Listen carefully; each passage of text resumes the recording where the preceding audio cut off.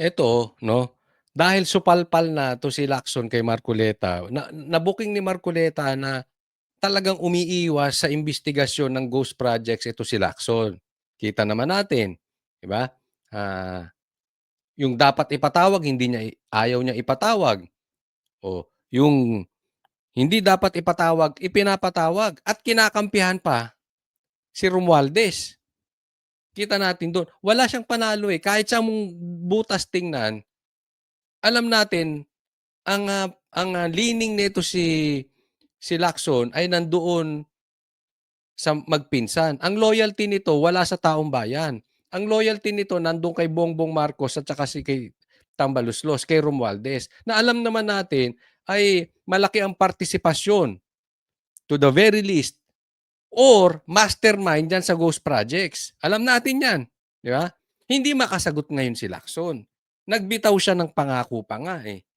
Kaya lang dahil hindi niya kayang, ah, mapalusutan, bakit ayaw niyang ipatawag 'tong mga Marines, pumasok siya sa ad hominem. Ipinasok yung patungkol sa China, 'di ba? Hanap siya ng butas. Si Senator Lacson po ay, ang pagkakaalam ko, isang magaling na investigador. Eh ngayon po pala yung manghuhula na. 14 na taon nang nakararaan, minanduhan mismo ang NAMRIA at ang DFA na mag-submit ng mapa at mga charts sa opisina ng United Nations General as UN Secretary General at inotify ang lahat ng international organizations katulad ng IHO. Ano po bang ibig sabihin nun, Mr. President? Alam po ba ito ni Senator Lacson, yung Administrative Order number 29? This is something between the chairman of the Foreign Relations Committee and the gentleman from Tarlac and Pampanga, Mr. President. Hindi po, tinatanong ko po kayo. No, kasi, I don't know administrative order. Ayun, yari. Hindi abogado, eh. Sabi ko sa inyo, bakit naglagay kayo ng komedyanteng Senate President, naglagay kayo ng ganitong pulis na, yung pulis na. Hindi naman abogado 'yan. 'Di ba? Walang katayo-tayo, walang kaalam-alam. Kaya sabi ko, na-expose dito talaga si Lacson. Wala talagang alam. Si Lacson ba, kaya naging Blue Ribbon Chairman, ay dahil siya ay capable? Or dahil kaya lang pilipitin ni Marcos at ni Romualdez ang leeg nitong si Lacson? Dahil siya ba'y may kakayanan mag-imbestiga, may kakayanan siyang pangunahan ng Blue Ribbon, kaya siya naging chairman? Or dahil attack dog or tagapigil lang ng imbestigasyon na alam nating tutungo kay Marcos at saka kay Romualdez? Kita nyo, walang alam mo. Andiyadyaan ka lang, Lacson. Taga mo sa bato. Nandiyadyaan ka lang, kaya ka lang may silbi.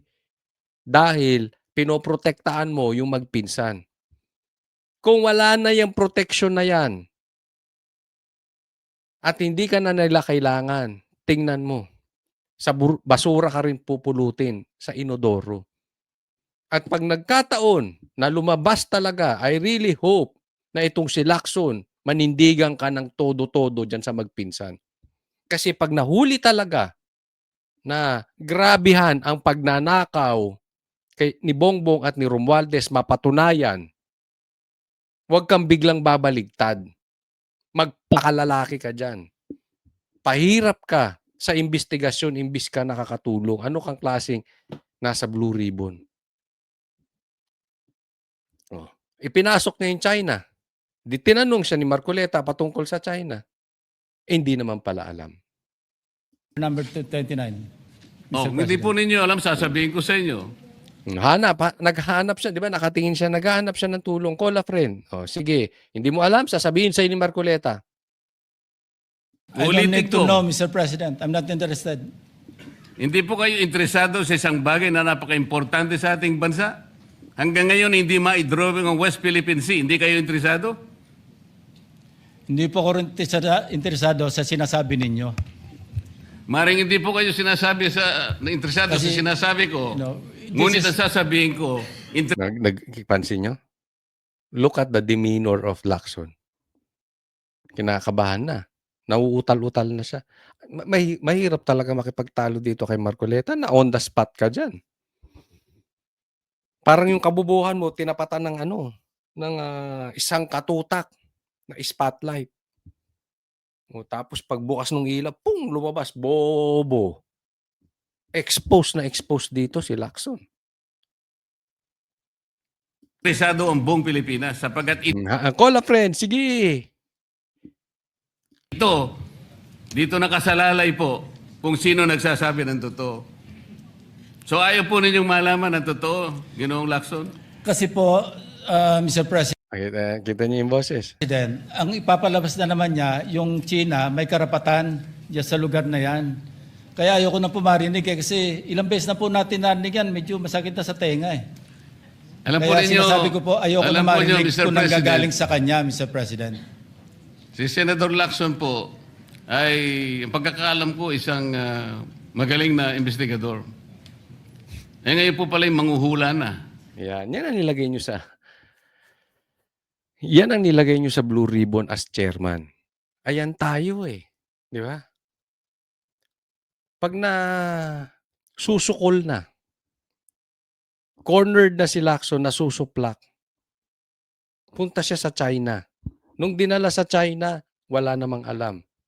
Tapos ayaw niyang marinig. Na-corner siya ulit. Anong sagot? Nang hula. Kasi parang papanigan ni Marcoleta ang China. Yeah. Alam mo kung ano yung demeanor ni Lacson na ganyan? Hindi lang demeanor yung direction niyang ganyan. That is exactly the game plan of the Marcoses and the kain-dilawan, kain-suka na dilawan. Dalhin sa usaping China, tapos pagdating sa usaping China, ibibintang sa'yo pro-China ka. Hindi mo iniisip ang taong bayan. Tapos pag-uusapan, hindi makakasagot. Basta sasabihin, hindi, pro-China ka. Ganyan-ganyan. Ganyan-ganyan ang kuwento ng mga, especially yung mga dilawang pinklawan na political analyst. Ganyan na ganyan. Ganyan na ganyan ng style. Paano po niya nahulaan? Ang sasabihin ko ay, Yun. Ayan na, yung boyfriend. Ang sweet nila, no? Ang kakaingit. Sana may boyfriend akong ganyan. Joke lang, hindi ako bakla. No. Ay, nako. Naku, baka ma-chop-chop to. Sabihin bakla. Hoy! Hindi ako katulad ni Pink Lacson. But anyway, pakinggan nyo, saklolo si Tito Soto. The debate is going into Yeah. motives and all of that. So, motu proprio, the presiding officer declares the session suspended. Ayan tayo eh. Pag nasosoplak yung boyfriend mo, suspended eh. Tingnan nyo yung pagmumukha dito ni Lacson. Hindi na niya talaga malaman, ang gagawin nyo. sasabihin ko ay, The debate is going into hulaan. Ang sasabihin ko ay, the debate is going Parang bata na natahimik sa sulok. Sige, nasa na yung restback ko? Asa na yung restback ko? Tulungan niyo ako. Ang laking tao ni Marcoleta. Ay, nako. Laging ganito si Tito Soto. Di ba? So, alam nyo na. Bakit hindi sumasagot si Lacson? Kasi walang laman. At bukod doon, hindi lang sa walang laman ito. Hindi talaga siya lalaban kay Marcoleta. Obvious naman eh. Not many kayang dumibate sa ganito ni Marcoleta. Diyan ng mga politiko Pero yung lining niya na siya ay hindi para sa taong bayan, para siya doon kay Marcos at kay Romualdez. Next po. Dito po, tatanungin ko po kayo. Kayo na po ang humusga. Okay? Kung ang NBI ay kasabwat sa silip, ito ang tawag ko rito investigasyon silip. Bakit ko tinatawag na investigasyon silip? Kasi binubutasan. Tila naghahanap sila ng butas dito sa mga 18 Marines instead na imbestigahan. 'Di ba? Dapat imbestigahan nila kung saan napunta yung maleta, yung pera ng maleta, saan napunta yung pera, totoo ba, tali ba yung nasa budget na lumabas tapos napunta rito. Imbestigahan ninyo kung yung mga proyekto ng napuntahan nitong taon to ay may nagawang ghost projects. Dapat ganun patungkol doon sa pera, patungkol doon sa korupsyon. Pero tila lumalabas, naghahanap ng butas itong NBI. Diba? Ayoko silang husgahan. Kaya nga, kayo po tinatanong ko, tingnan po ninyo, kayo na po ang humusga. Parang nagkaroon sila dito ng panibagong Claire Castro. Nagkaroon sila ng panibagong Gadon. Nagkaroon sila ng panibagong Boying. Nagkaroon sila ng panibagong Lacson. Nagkaroon sila ng panibagong Attack Dog. Diba? Ito, tingnan po natin. Paano ko sisingilin yung mga yan? Ang dami nila, tapos notaryo, simpleng affidavit lang po. Yung mag-affidavit nga na magkatahon, nililibre ko Ito ang iginiit ni Attorney Charlie Pascual sa kanyang pagharap sa NBI Special Action Unit ngayong Martes para magbigay linaw sa ilang katanungan tungkol sa kanyang pagnotaryo sa joint affidavit ng nagpakilalang 18 ex-Marines at bagmen umano ni resigned Congressman Zaldico. Isa ang abogado sa higit 20 sinupina ng NBI sa nagpapatuloy nitong investigasyon sa umano'y 805 billion peso cash delivery scheme na inuugnay sa ilang politiko. Nilinaw ni Pascual na lihitimo ang kanyang serbisyo at ginawa lang ang kanyang notarial duties. Ito po yung pagpapatunay na ako po hindi house yaw na abogado, ako po yung may opisinang notarial office po.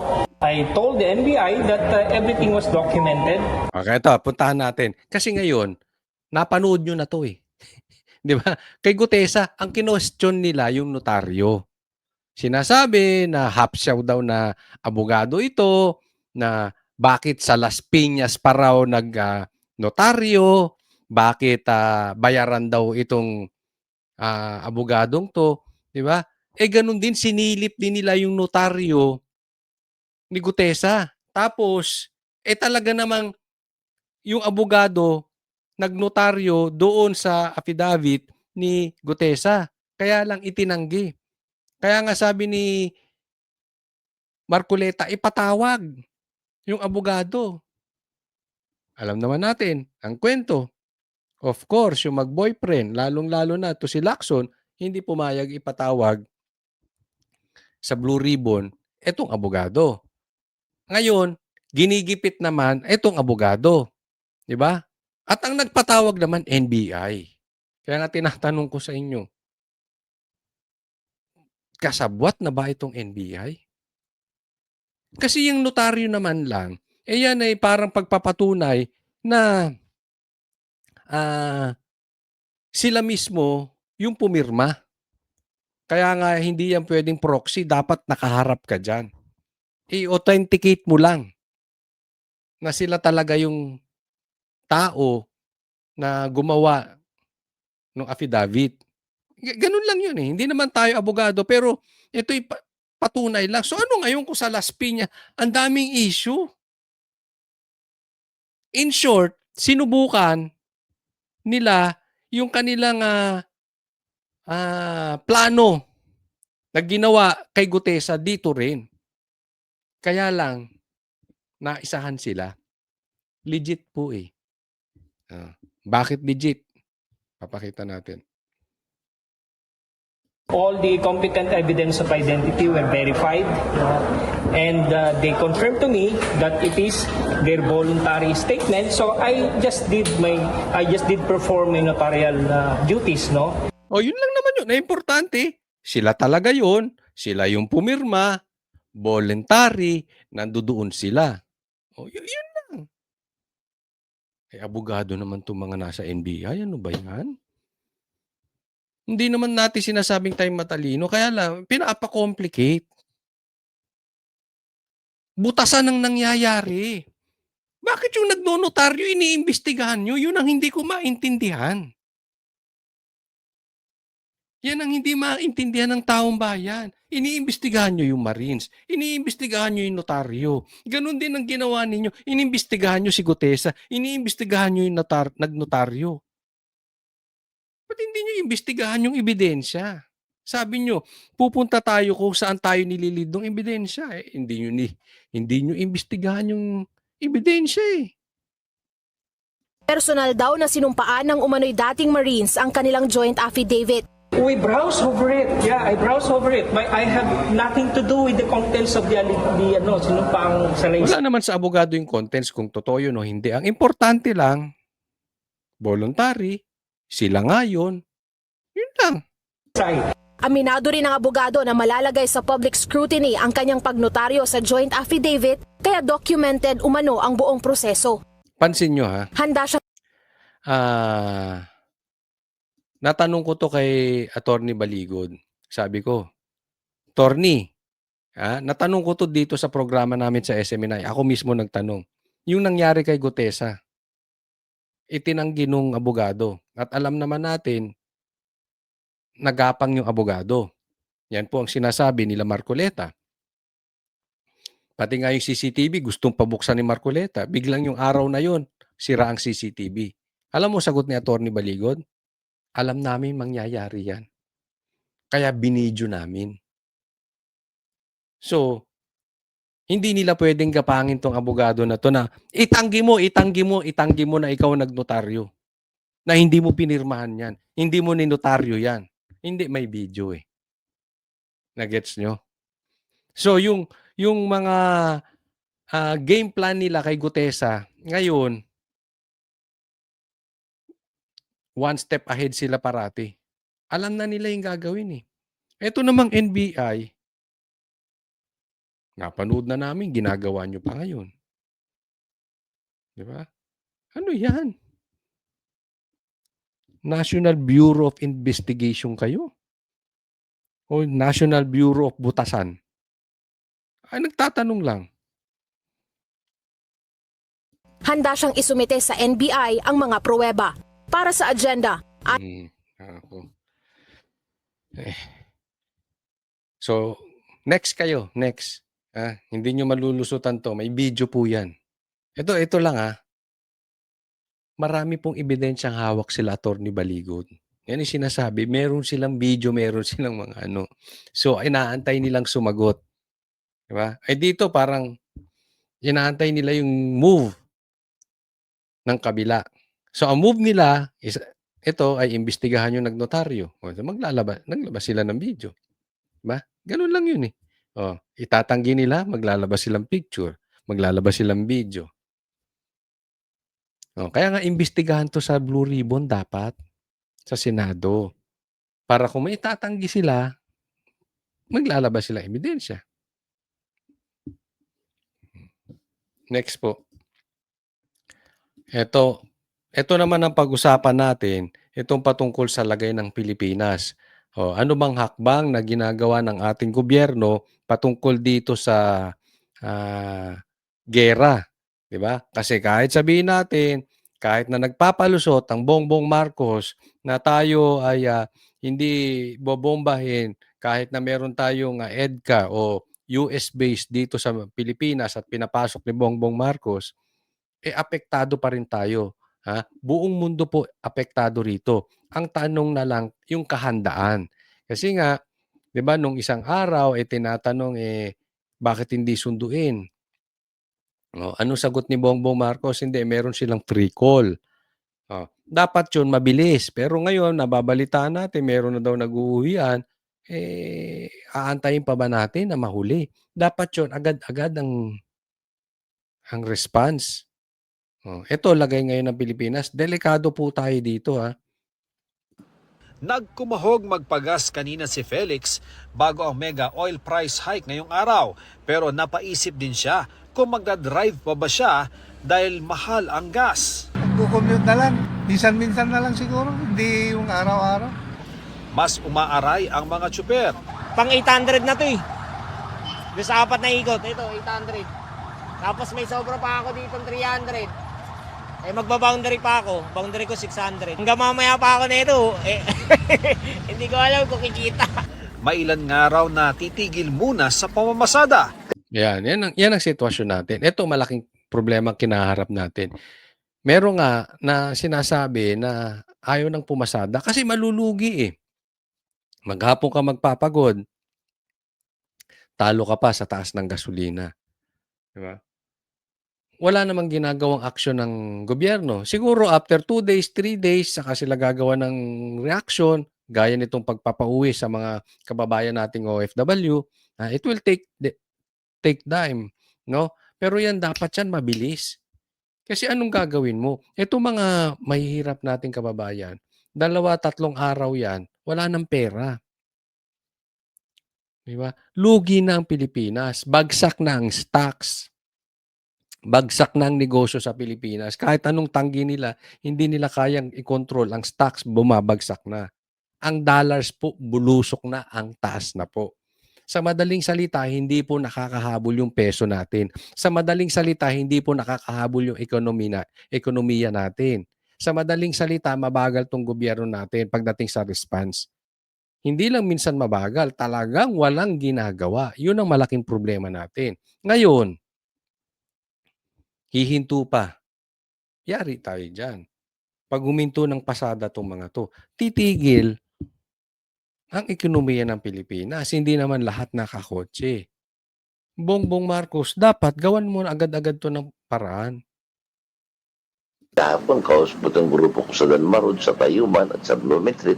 Sabi nga nila, palagay ko, kami po muna siguro yung mag-construction workers o magtitinda muna kami ng mga barbecue. Hihirit daw ang mga transport group ng 5 pisong provisional fare increase para sa buong bansa. Pero baka di na raw yan kailanganin kung pagbibigyan ng sigaw nilang ibasura ang oil deregulation law at tanggalin ng VAT at excise tax. Kung sa Yun ang sagot dyan. Diba? Sabi nga nila, magtitinda na lang kami ng barbecue, magkakarpintero na lang kami. Diba? Kung gano'n ang mangyayari, mapipilay ang transportasyon natin. Diba? May problema tayo dyan. Kaya nga, ang gobyerno natin, dapat tinatanggal na yung tax. Tinatanggal na yung excise tax, tinatanggal na yung tax kasi nasa 20% yan eh. Ang laki ng maibabawas. Hindi po maghihirap ang Pilipinas. Alisin nyo lang yung corruption, alisin nyo lang yung nakaw ninyo. Ganun din eh. More than 20%. Billions, trillions go to their pocket. Napupunta lang sa bulsa ng mga politiko. Hindi ba po pwedeng ngayong 2026, pass muna? Huwag muna kayong magnakaw. 2027 na lang. Alisan nyo lang ng tax. Magsusurvive ang Pilipinas. Yan lang naman naalisan natin ng tax eh. Kasi po ito ay magdo-domino effect. Pag ang gasolina natin ay hindi tumaas ang presyo dahil inalis ang tax, hindi tataas ang presyo ng kuryente. Hindi tataas ang presyo ng pagkain. Ang ekonomiya ng Pilipinas, mabuti pa rin. Maayos pa rin. Diba? Alam mo, ito na nga ang pagkakataon ni Bongbong Marcos. Malay natin mapatawad ka ng taong bayan, Marcos. Sa pagnanakaw mo. Kayo magpinsan. Yung panggagahasa nyo sa bansang Pilipinas, mapatawad kayo. Kasi isipin mo, kung sa gitna ng dilim sa mundo, tapos Pilipinas, hindi nagtaasan ng presyo. Pambira. Biglang sikat yan si Bongbong Marcos. Biglang makikilala ang Pilipinas. Diba? Malaki ang epekto sa iyo yan, Bongbong Marcos. Kung hindi kay swapang.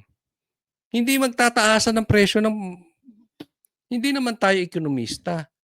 Pero alam mo, sa oras ng dilim, diyan mo mapapakita ang totoong leadership mo. Doon ka mangingibabaw. Dadaigin mo yung ibang bansa. Isipin mo sa ibang bansa, nagtataasan ng presyo. Japan, UAE. Pagdating sa Pilipinas, hindi tumaas ang presyo. Sikat ka niyan. Metro Manila, nasa 70 pesos o higit pa ang litro ng gas at diesel. Sa Baguio, may mga gasolinahan na halos 90 pesos na ang kada litro ng diesel. Mahal din kasing mag-akyat doon ng langis. Isa na sa pinakamalapit na depo ang Poro Point sa La Union na halos 60 kilometro ang distansya. Sa Batanes, nasa 95 pesos na rin ang diesel. Grabe, no? 95. Tataas pa yan. Aray. Brad, anong pinakarga mo sa motor mo? Diesel. Pinag-uusapan, diesel, motor ang pinakita nyo. Malay mo, Choli. Kung diesel yung gas, yung nilalagay niya. At nasa Ilocos Region pa ang pinakamalapit na oil depot sa kanila. Sa Catanduanes, nasa 88 pesos na ang litro ng diesel, hanggang 92 pesos naman sa Masbate. Para makaagapay at kumita ang ilang bus liner sa Dagupan, magbabawas ng bibiyahing bus sa itinakdang oras at magdaragdag na lang kung kinakailangan. Sa Bohol, planong magtaas pasahe ang mga tourist transport operator. Nag-abiso na rin ang DTI, posibleng may bahagyang taas presyo sa ilang bilihin. Ito mo, lahat yan tataas. Di ba yung binabanggit natin? Pag hindi tumaas ang gasolina, hindi magtataasan yan, sikat ka, Bongbong Marcos. Kung hindi ka swapang at matalino ka, alam mo ang gagawin. Gaya ng Pinoy Tasty at Pinoy Pandesal, mga dilata, processed milk, instant noodles, kape, at bottled water. We're giving a range na about 2 to 8% impact, maybe a month or two from now, kasi healthy pa po yung ating inventories. Payo naman ng Lagi namang sinasabi yan, healthy inventories. Sabi nyo nga, may stock kayo ng gasolina. Di ba? Ako lumalabas talaga dito, parang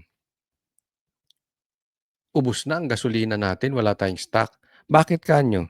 Sabi nila may stock tayo hanggang 2 buwan pa ng gasolina. Bakit nagtataas agad ng presyo? Stock yan.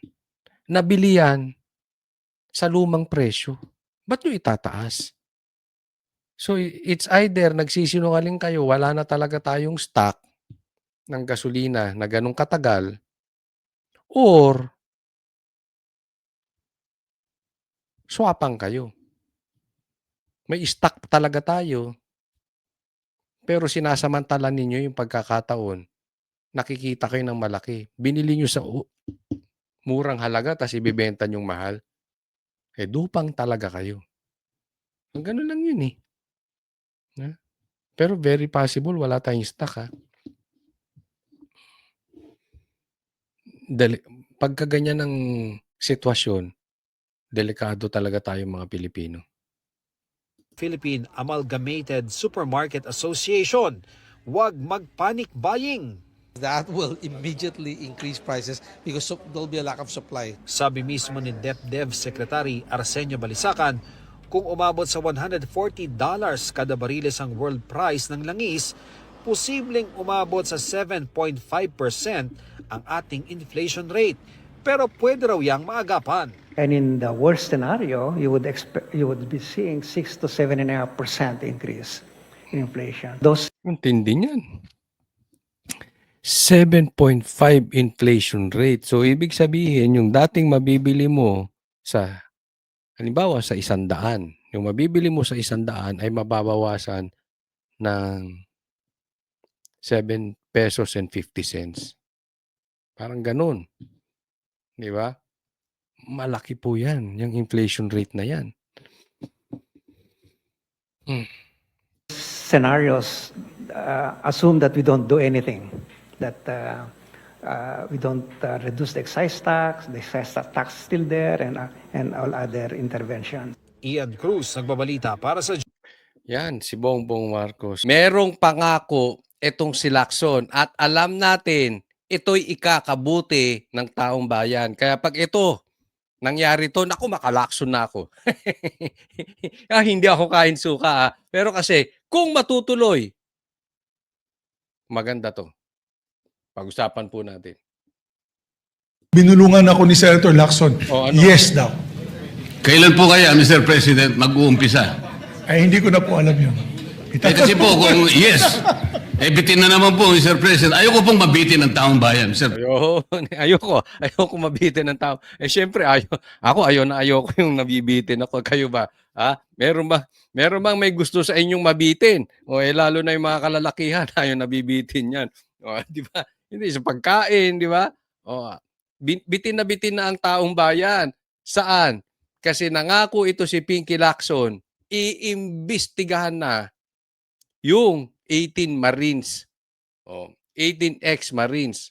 Ang tanong, kailan? Yun ang tanong ni Marcoleta, kailan? President. Kaya gusto ko pong malaman, kailan, anong oras, tuloy-tuloy po ba para sa ganun? Ay mapayapa naman ang kalooban ng ating mga kababayan. Mr. President, may I respond? Yes, Senator Lacson. Isa lang po ang pakiusap ko, baka pwedeng pirmahan niyo muna yung partial committee report. Ayun. Kasi, di ba, meron na silang investigasyon patungkol sa ghost projects. Walang gustong pumirma. Okay? Sweetik din to si Lacson, di ba? Iimbitahan niya, itutuloy yung Blue Ribbon investigation patungkol sa ghost projects. Madadamay itong mga Marines, pero pirmahan muna. Ang problema, pag pinirmahan niya, it is as if tapos na yung investigasyon. Di ba? Sweetik din. Ano man tawag magandang word bukod sa sweetik? Mandarambo? Hindi tuso. Ayan, tuso din di ba?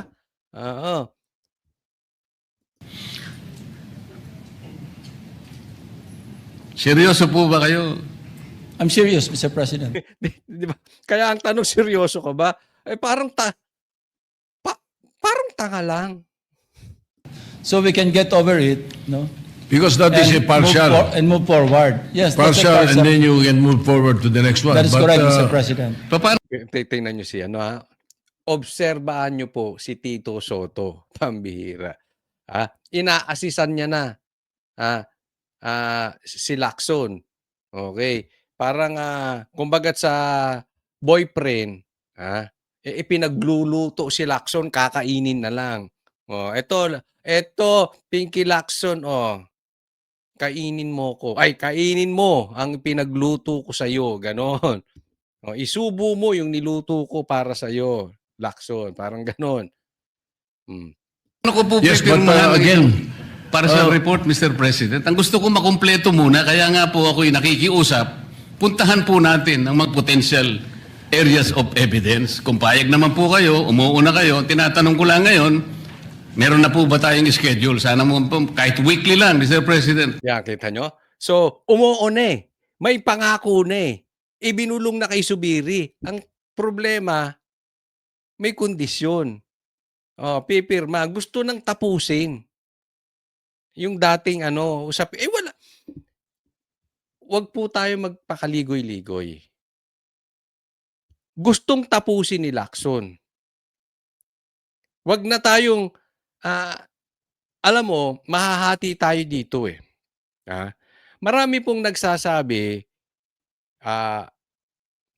tinalo ni Lacson sa debate si Marcoleta. Marami namang nagsasabi na si Marcoleta talagang dinurog si Lacson.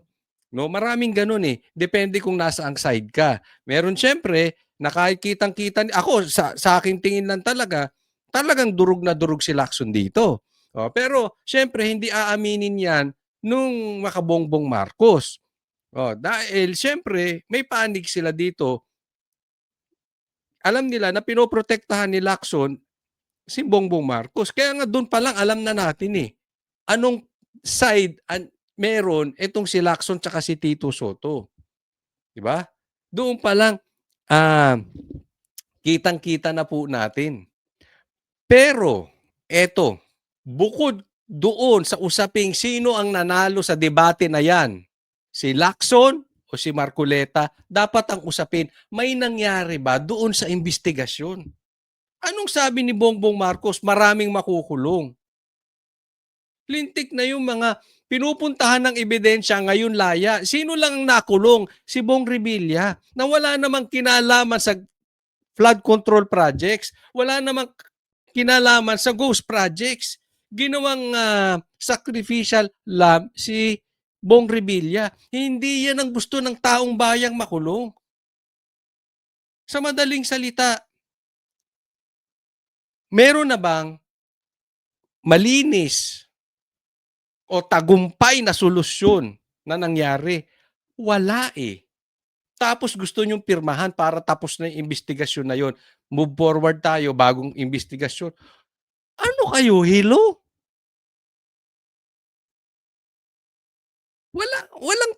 Walang pinatunguhan.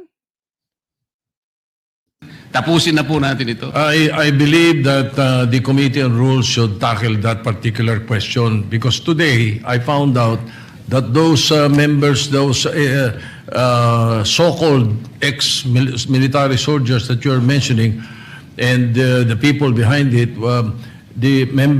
some members of Congress filed a case of cyber libel on them. Kita nyo na ha. Okay. Sinong nakapanood ng vlog ko kagabi o kahapon? Diniscuss ko yan. Di ba nagdemanda si De Lima? Alam naman natin yung demanda ni De Lima, hilaw na hilaw. At matagal pa, wala namang nasusolusyonan na mabilisan sa libel, it will take years. Pero anong sinabi ko sa inyo? Itong demanda ni De Lima ay para lang mahinto ang investigasyon dito sa Senado. Kasi pag nakademanda na, sasabihin, hindi na namin pwedeng pag-usapan. Kasi sub judice. Bawal po yun sa korte.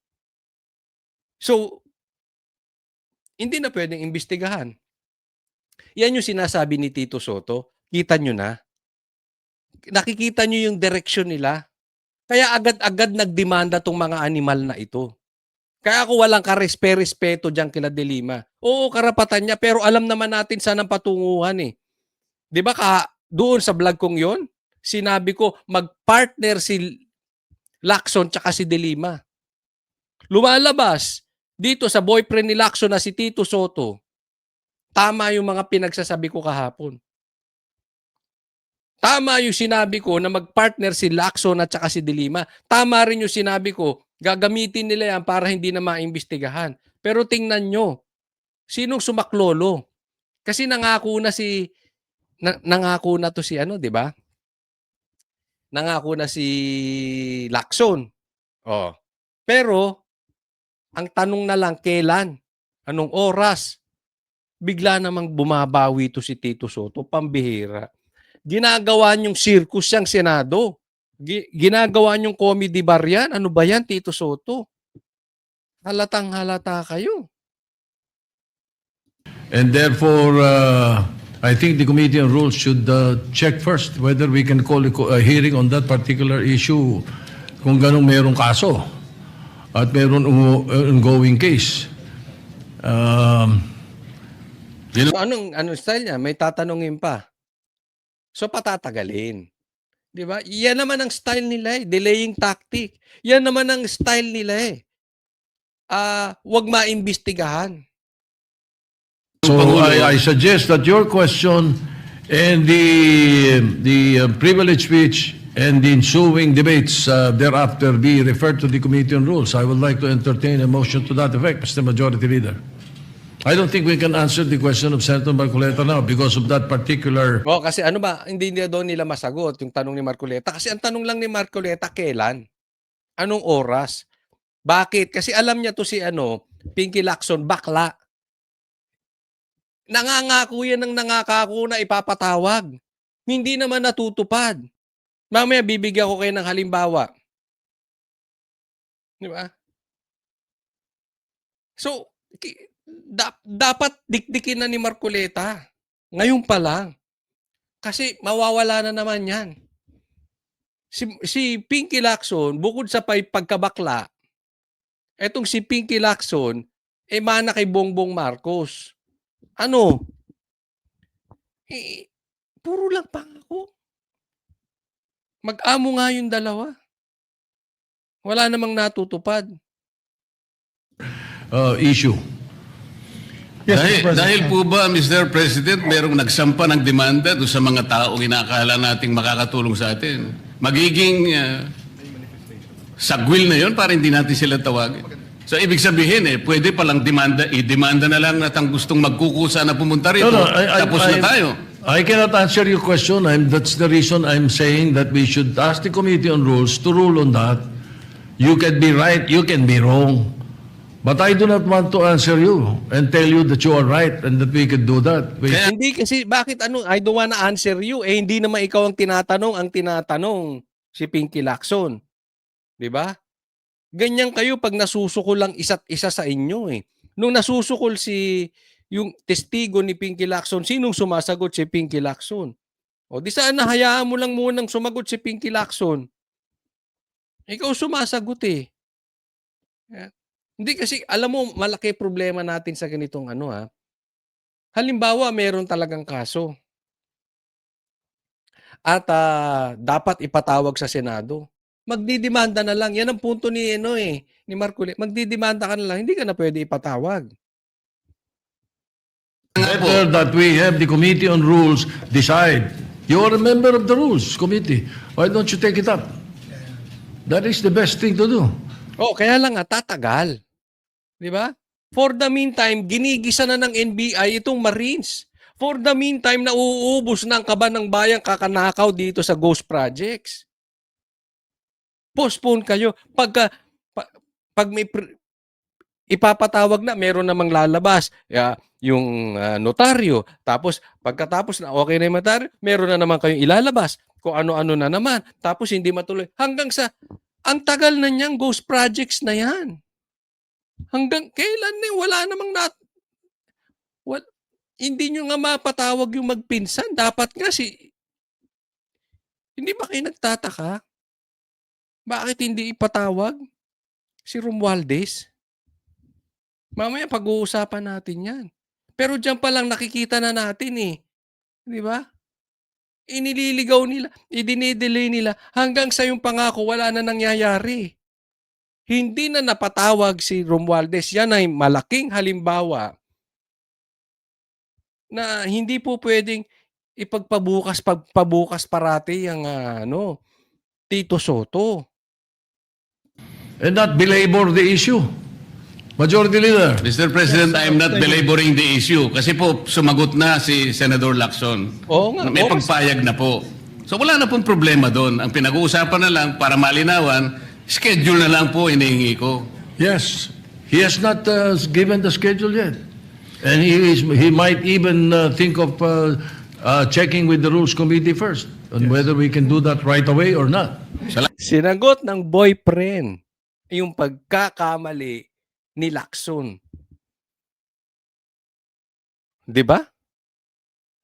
Kasi mali yun Lumalabas mali.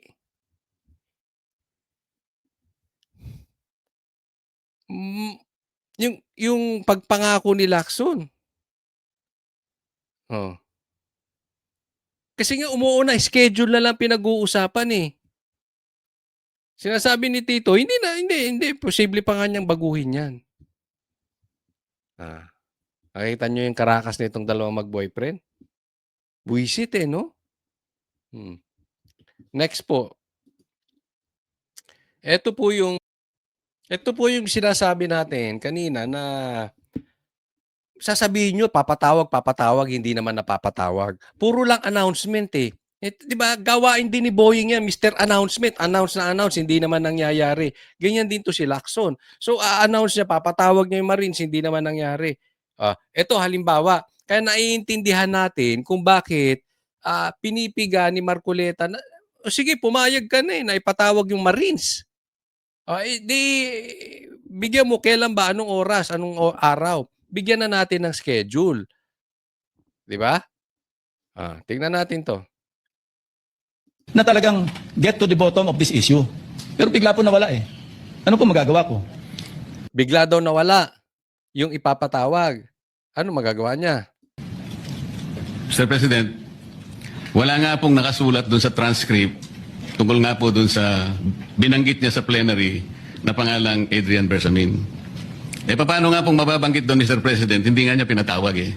Ayun, di ba? Wala sa transcript. Sinasabi. Paano mapupunta hindi mo pinatawag? Dapat pinatawag yung Bersamin na yan. Sangkot yan eh. Kaya nga, inalis pa nga yan eh. Samantalang dapat niyang ipatawag, siya mismo ang nag-highlight. Isip-isipin po ninyo, nagawa po ni Senator Lacson na isama sa plenary debates ng ating 2026 budget. Ganun ka-importante ang bahagi na yon, Mr. President. Hindi ba dapat? Ipinahayag mo yun eh. Malaking bagay yun. Ibinulgar mo pa nga eh. There are 2 public officials I will reveal this morning. Ganun lang. Ba't hindi mo pinatawag? Kung pinatawag mo yun, malinaw na malinaw, nalagay sana sa transcript. Ayun. Di ba? Pinagmalaki mo. Naalala nyo yung ano na yan? Merong lalabas na 2. Malaking partisipasyon dito sa Ghost Projects. Hindi naman pinatawag. Sinama pa niya doon sa kanilang diskusyon patungkol sa 2026 budget. Ibig sabihin, ganun ka-importante. Pero hindi niya pinatawag. Nakikita nyo kung paano nililigaw yung taong bayan. Bakit kasi nila binabanggit sa media? Dahil sa media, kunwari, ginagawa nila yung trabaho nila. Kunwari, wala silang pinagtatakpan. Ilalayo nila kay Bongbong Marcos. Ilalayo nila kay Tambaluslos yung usapin. Ibibintang kung kani-kanino. Pero hindi ipapatawag. Bakit? Kasi magigisa. Pag pinatawag mo dyan, maituturo si Bongbong Marcos at si Tambaluslos. Maituturo yung magpinsan. Iyan ang iniiwas nila. So, ibibintang nila sa iba, tapos tago na kayo. Aalisin kayo sa posisyon ninyo, aalisin kayo bilang sekretary,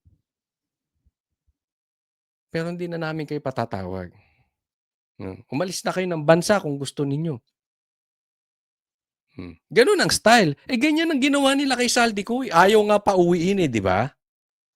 Sinabihan, diyan ka na lang. Kaya pala diyan, ididiin sa kanya. Pero hindi ka pa uuwiin kasi makukwestiyon ka rito. At pag napiga ang pitlog mo, napiga ka, lalabas ang totoo. Sinong totoo? Yung amo ni Lacson. Na sino? Yung magpinsan. Ganun lang naman ang ibig sabihin eh. Sa mga tweet, iniwasan po, Mr. President, para hindi malagay sa transcript. Pagkatapos ikakatwiran po ninyo, kung nasa transcript, di sana, pinatawag ko. Baliktad po ang ginawa ninyo, Mr. President. Katulad din po sa 30, Nara Street sa Southports. Ilan po yung binanggit ng mga tao doon? Hindi ko po sinasabing totoo yun, pero for purposes of the inquiry and investigation, kung talagang ganun, kalawak ang inyong pananaw. Dahil pati nga po yung pagpunta ni Gutesa, pati CCTV po pinakita ninyo. And dami po sana ang pagkakataon na nakita sana lahat ng mga binanggit ni Saldico na mga ginamit na sasakyan. Makikita doon sa pagitan ng alas 9 hanggang alas 10 ng umaga. Di ba? Okay. Putulin natin dyan. Si Lacson, matindi mag-imbestiga. Yung CCTV nga ni Gutesa Sinong nag-imbestiga nun? Si Lacson o opisina niya? O may nagbigay sa kanya?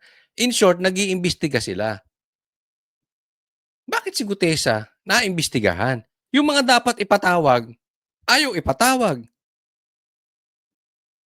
Iniimbestigahan nga. Itong 18 Marines, pinaiimbestigahan to. Mamaya papakita ko sa inyo. Involved pati NBI. Di umano. Pero hindi mo naman pinapatawag. Ayaw nyo namang ipatawag. Bakit? Lalabas ang totoo. Tawagin natin yung kung sino man yung security agency doon. Tingnan mo, ang daming dapat ipatawag. Sinong pinatawag ni Lacson? O yung dalawang kasambahay, di umano. Para anong sinabi? Hindi bahay yun ni Romualdez. Nakita nyo? Yung hindi dapat ipatawag, pinatawag. Yung dapat patawag, ayaw ipatawag. At yung ipinatawag nila, kinampihan pa si Romualdez. Kung saan yung bahay sa Borbs na yon na binabanggit ni Gutesa at ngayon ay binabanggit din ng mga 18 Marines, hindi raw bahay ni Tambaluslos. Kita nyo na? Yung kulay nito, labas na labas. Pansinin nyo siya dito ha. Pansinin nyo po si Lacson dito. Mangyak-ngiyak na po. Bakit? Totoo kasi.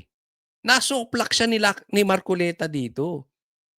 Nailathala ni Marcoleta yung itinatago-tago nila. Masakit po yun. Tingnan nyo si Lacson. Halos mangyak-ngiyak. Pero hindi po ninyo ginawa eh. Pero sasabihin po natin, you wanted to emphasize one point. Kung nasaan ang ebidensya, ay talagang pupuntahan natin. Kayo po ang inconsistent eh. Pagkatapos ako sasabihin ninyong inconsistent. Ang dami po eh. Nakiusap ako na, sabi nga natin, ang dami pong tumuturo sa pangalan ni Martin Romualdez. Inimbita po ninyo, hindi dumating. Nakiusap ako, naimbitaan uli. Ang sabi po ninyo sa pamagitan ng inyong interview, ay kung pupunta siya rito, welcome. Kung hindi siya pupunta, wala tayong magagawa because of interparliamentary courtesy. Mr. President, hindi po karaniwang pagnanakaw ang nangyari sa kasaysayan ng ating bansa. Hindi po ba ninyo naiisip, mismong kabang bayan ang tumagilid? Teka muna. Ang laki po ng pagnanakaw ngayon. Hindi po ito simpleng korupsyon ng isang congressman. Di ba? Kung ito isang korupsyon, halimbawa, korupsyon lang to ng isang maliit na isolated case na pagnanakaw na korupsyon. Yung sinasabi ni Lacson na interparliamentary courtesy, pwede mong iano doon. Di ba? Kasi pwede namang masolusyonan yan, iisang ano lang yan eh. Isolated case lang naman yung corruption na yun. Pero itong corruption ngayon, ito ang pinakamalaking corruption sa history ng Pilipinas. More than sa corruption nung tatay niya 20 years na nakaupo.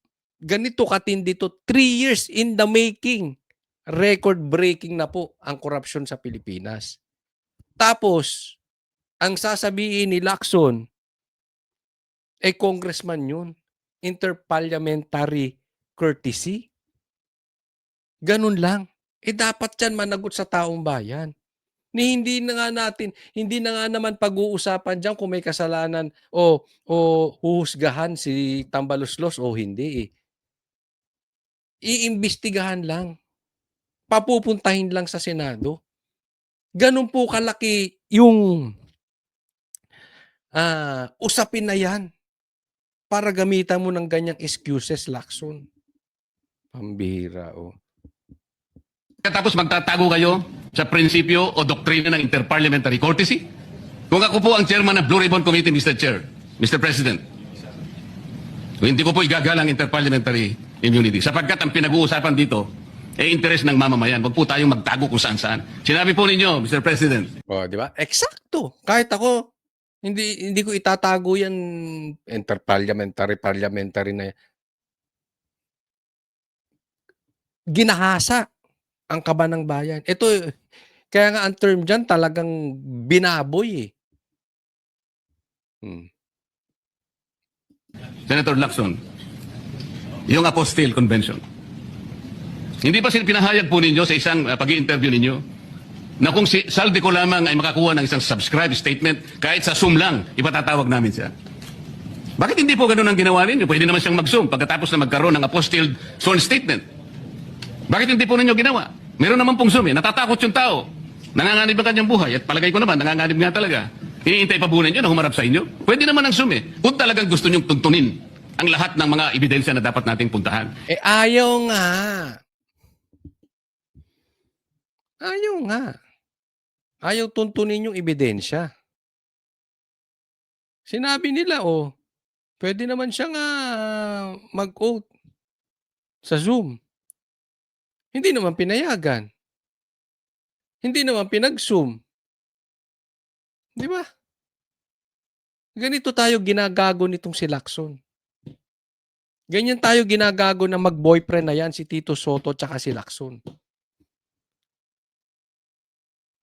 Tapos kung ano-ano sinasabi nyo. Sa atin naman patas lang eh. I really don't care kung DDS ka, pula ka, dilaw ka. Imbestigahan natin tong nakawan ngayon. Makakonsensya kayong mga kain suka kayo. Kayong mga dilaw eh. Isa pa kayo. Idediretsohan ko kayong mga dilawan, kayong pinklawan. Dapat kahit anong kulay niya, nakaw is nakaw. Kasi Dilima, inaabutan ng envelope, kinakampihan nyo pa. Ito po yung pinupunto ng aking privilege speech kahapon. Hindi ko nga po alam na kapag ako po ang magdi-deliver ng privilege speech, Mr. President, palagi po kayong nawawala kasi nga nasa bandang huli na po ako eh. Pero kung talagang gusto nyo lamang, alam nyo naman nasa agenda po natin kung sino po ang tatayo para mag-deliver ng privilege speech eh. Ayaw ko pong isipin na sinasadya ninyo. Ngunit narinig naman po ninyo eh. Mr. President, pagkatapos isasama yung Kalayaan Island Group, ano po ba talaga pinag-uusapan natin dito? Yung kapakanan ng bayan? Pinipilit po nyong pinagtatanggol ko ang China. Ito ang nakakainis kay Lacson. Ang usapin, ipapatawag itong Marines. Diba? For some time, binabanata ni Marcoleta si Lacson sa plenaryo. Si Lacson hindi sumasagot. So sinasabi niya, hindi siya sumasagot dahil pinapalagpas niya na, dahil ganito, kasi ganyan, kasi lalaki lang, ganun-ganon. Ayaw niya na sanang sumagot, kaya lang, enough is enough, yung pa sinabi niya. Enough, capital P. Enough is enough. Yan ang sabi niya. Kaya pala hindi sumasagot si Lacson. Na-expose siya dito. Kasi sa totoo, sumasagot naman si Lacson eh. Sa social media nga lang. Sumasagot naman si Lacson sa media nga lang. Sumasagot naman si Lacson sa keyboard niya. Pero pagharapan, hindi siya sumasagot. Kaya naman pala, hindi siya sumasagot kay Marcoleta. Wala palang utak talaga to si Lacson. Mahina ang utak. Kaya nga hindi ko alam. Ang ganda-ganda po ng pamamalakad ni Chis Escudero bilang Senate President, abogado, tapos Blue Ribbon Chairman si at Marcoleta, abogado rin. Ang ipinalit nyo, isang komedyante na Senate President, ang ipinalit ninyo, isang Lacson na walang alam sa batas. Na-expose siya dito. Di ba? Hindi siya makasagot eh. Alam niyo kung anong sinagot niya? Ad hominem. Binanatan si Marcoleta pro-China. Ganun po kalupit. Hindi naman kailangan ganun eh. Banatan mo si Marcoleta na patungkol doon sa dapat ipatawag o hindi ipatawag. Bakit pinursonal mo na si Marcoleta? Napunta tayo sa China. Ganito style nito mga to eh. Ang usapin maleta. Sino pinaimbestigahan nyo? Yung Marines. Hindi yung deliveries ng maleta. Hindi kung saan napunta yung pera. Bastos to mga to. March 12 po, Mr. President. Senator Lacson. Sana po may panahon kayo. Sapagkat ipinatawag ko sa pagitan ng isang resolution, at ito po ay alam na ni Senator Erwin. Pinatawag ko po ang NAMRIA, pinatawag ko po ang Philippine Coast Guard, Philippine Navy, ang DFA. Hanap siya ng kakampi. Ay! Huwag niyo akong iwan dito. Sana pumunta ka. Mag-isa ako. Hindi ko kaya mag-isa si Marcoleta. Uy, huy, huy, huy. Pinatawag ko rin po si Justice Carpio at saka yung professor sa UP. Bigla siya nakahanap ng lusot. Oh. Call a friend. Ang bakla. At kung sino man po ang interesado, pero once and for all, malaman po natin dito kung sino ang sinungaling, kung sino ang makatsina, kung sino ang nagagaling-galingan at nagpapanggap na expert in international law. Sana po, Senator Lacson, nandun po kayo. Yun lang. Hindi po punta yan. Unless kasama niya si Tito Soto. So, wag pong kakalimutan na sa mga sumusubaybay sa vlog ni Coach Odi, ako po'y taus-pusong nagpapasalamat sa inyo, pero malaking tulong po na nilalike nyo po itong video na ito para sa algorithm. At doon sa mga hindi pa po subscriber ng Coach Oli News ay mag-subscribe po kayo. Nang sa ganun ay patuloy nyong masubaybayan itong ating vlog. Maraming salamat po. God bless everyone.